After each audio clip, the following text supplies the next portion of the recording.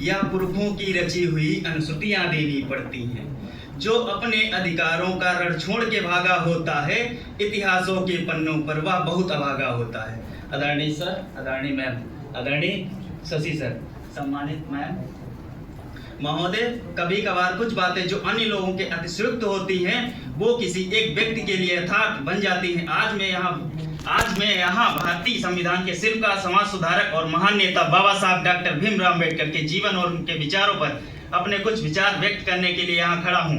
बाबा साहब डॉक्टर भीमराव अम्बेडकर सिर्फ दलित समाज के ही उन्नायक नहीं बल्कि आधुनिक भारत के निर्माता एवं वर्तमान समाज के उन्नायक के रूप में दीर्घ काल तक अमर रहेंगे। बाबा साहब जिनका जन्म 14 अप्रैल 1891 को एक ऐसे समाज में हुआ था जहां जाति के आधार पर भेदभाव बहुत ज्यादा था, और उन्होंने अपने जीवन में इस सामाजिक बुराई को न केवल सहा बल्कि इसके खिलाफ एक अटूट संघर्ष भी किया। उनकी प्रारंभिक शिक्षा में अनेक बाधाएं आईं, लेकिन उनकी दृढ़ इच्छा शक्ति और ज्ञान की प्यास ने उन्हें हर मुश्किल को पार करने की शक्ति दी। बाबा साहब अम्बेडकर सिर्फ एक व्यक्ति नहीं बल्कि एक आंदोलन थे।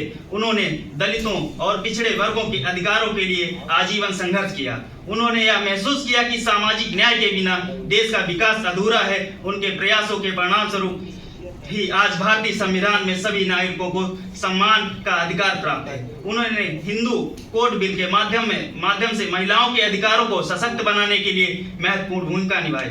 भारतीय संविधान हर नागरिक को बिना किसी भेदभाव के समान अवसर और अधिकार प्रदान करता है। यह बाबा साहब की दूरदर्शिता और समर्पण का परिणाम है कि आज भारत दुनिया का सबसे बड़ा लोकतांत्रिक गणराज्य है। बाबा साहब के विचार आज भी उतने ही महत्वपूर्ण हैं जितने उनके जीवन काल में थे।